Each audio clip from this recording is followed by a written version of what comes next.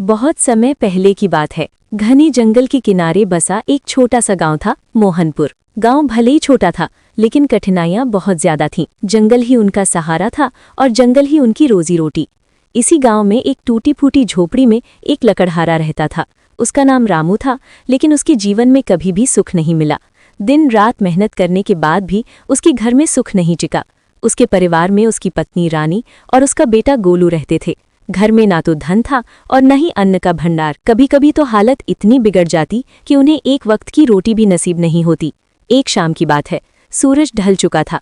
झोपड़ी के अंदर तीनों बैठे थे। खाने के लिए कुछ भी नहीं था।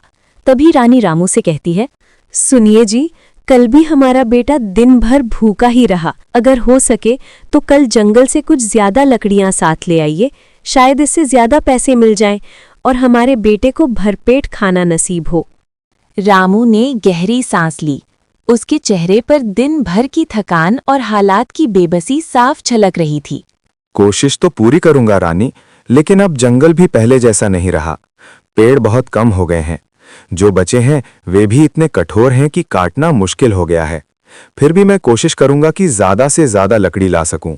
इतना कहकर रामू आसमान की ओर देखने लगा। उसके मन में सिर्फ एक ही ख्याल चल रहा था, हे भगवान, मेरी मेहनत का फल मुझे कब मिलेगा। अगली सुबह रामू अपनी कुल्हाड़ी उठाकर जंगल की ओर निकल पड़ा। चारों ओर ऊंचे ऊंचे पेड़ मानो आसमान को छू रहे थे। जंगल में सन्नाटा पसरा हुआ था, जिसे कभी कभी पक्षियों की आवाज तोड़ देती थी। रामू ने एक बड़े पेड़ को चुना और उस पर कुल्हाड़ी चलाने लगा। कुछ ही देर में वो पेड़ टूटकर जमीन पर गिर पड़ा। लेकिन वहीं एक मूर्ति प्रकट हो गई। वो मूर्ति साधारण नहीं लग रही थी, उसमें एक अलग ही चमक थी। रामू कुछ देर तक उस मूर्ति को हैरानी से देखता रहा। अरे ये क्या? देखने में तो बिल्कुल भगवान की मूर्ति लग रही है। क्या मैं इसे अपने घर ले जाऊं या फिर यहीं छोड़ दूं? लेकिन अगर ये सच में किसी देवता की मूर्ति है तो क्या इसे यहां से हटाना ठीक होगा? काफी देर तक सोचने के बाद उसने तय किया कि वो इसे यहीं रहने देगा। आखिर ये इस जंगल की ही मूर्ति है। वो जैसे ही वहां से जाने के लिए मुड़ा, तभी अचानक चारों ओर एक गूंजती हुई आवाज सुनाई दी। धैर्य करने वाले को ही इनाम मिलता है। लकड़हारे, तू चिंता मत कर, सब अच्छा ही होगा। तेरी परीक्षा शुरू हो चुकी है, इसलिए डर मत रखना। सब ठीक होगा, बस तू अपने कर्म सदा अच्छे रखना। रामू चौंक गया। उसने घबराकर चारों ओर नजर दौड़ाई, लेकिन वहां कोई नहीं था। चारों तरफ बस घने ऊंचे ऊंचे पेड़ खड़े थे और उनके बीच वही अकेली मूर्ति दिखाई दे रही थी। रामू का दिल जोर जोर से धड़कने लगा।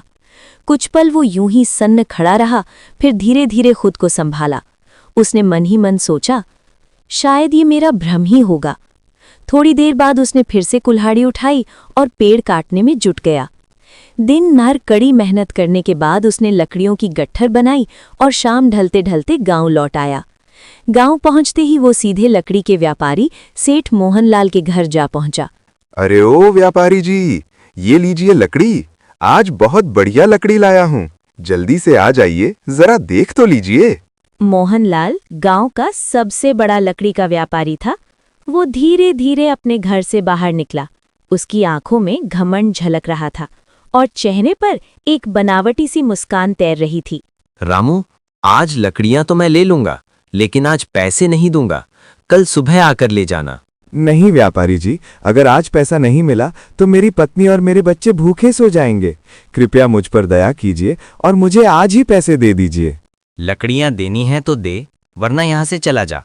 रामू का चेहरा सख्त हो गया। उसके मन में चिंता भी थी और सेठ के लिए गुस्सा भी। लेकिन वो करता भी तो क्या करता। बेबस होकर उसने लकड़ियां वहीं छोड़ दी और चुपचाप घर की ओर चल पड़ा। घर पहुंचते ही रानी ने बेचैनी से पूछा, और रामू ने थकी हुई आवाज में कहा, आज जंगल में क्या मिला? आज जंगल में लकड़ियां तो मिली ना? लकड़ियां तो मिली, पर व्यापारी ने पैसे आज नहीं दिए। उसने कहा है कि कल सुबह आकर ले जाना। तो अब हम आज रात को क्या खाएंगे और हमारा बेटा क्या खाएगा? अब हम क्या करें? आज की रात जैसे तैसे कट ही जाएगी। कल सुबह होते ही मैं फिर जंगल जाऊंगा। भूख और अनिश्चितता का डर उसके दिल में एक साथ दहक रहा था। लेकिन फिर भी उसे जंगल में उस आवाज की याद और अपने काम की जिम्मेदारी याद आती रही। धैर्य करने वाले को ही इनाम मिलता है। लकड़हारे, तू चिंता मत कर, सब अच्छा ही होगा। अगली सुबह सूरज निकलने से पहले ही रामू की आंख खुल गई। रात भूख और चिंता में कट गई थी, लेकिन उसके मन में एक अलग सा विश्वास जाग रहा था, जैसे कोई अनदेखी शक्ति उसे आगे बढ़ने का संदेश दे रही हो। उसने अपनी कुल्हाड़ी उठाई और फिर से जंगल की ओर निकल पड़ा। आज जंगल कुछ अलग सा, बदला हुआ सा लग रहा था। जैसे ही रामू जंगल के अंदर पहुंचा, रास्ते में उसे एक अनजान व्यक्ति दिखाई दिया। उसने कीमती वस्त्र पहने हुए थे और हाथ में चमकदार सोने की मुद्रा थामी हुई थी। चेहरे पर एक अलग तरह की गंभीरता साफ झलक रही थी। वो रामू की ओर देखकर बोला, अरे ओ लकड़हारे, जरा इधर आओ जल्दी। लकड़हारा पहले तो हिचकिचाया, फिर उसके पास गया। तुम ही हो ना जो हर रोज जंगल में लकड़ी काटने के लिए आते हो? लकड़हारे ने सादगी से उत्तर दिया, हाँ, मैं ही इस जंगल में लकड़ी काटने के लिए आता हूँ। सुनो लकड़हारे, अगर तुम मुझे जंगल में मिली वो मूर्ति लाकर दे दो तो मैं तुम्हें सोने की मुद्रा दूंगा, जिससे तुम्हारा जीवन खुशियों से भर जाएगा। ये मुद्रा कभी काम की कमी नहीं होने देगी। तभी रामू का दिल जोर जोर से धड़कने लगा। पूरी थैली सोने की मुद्राओं से भरी हुई थी। इतना धन उसने अपने जीवन में कभी नहीं देखा था। उसके मन में विचार आया, इतने पैसों से तो मेरा परिवार कई सालों तक सुख से रह सकेगा। मेरे बच्चों को कभी भूखा नहीं सोना पड़ेगा। मैं उनके लिए अच्छा घर भी बनवा सकूंगा। इससे तो मेरी जिंदगी ही बदल जाएगी।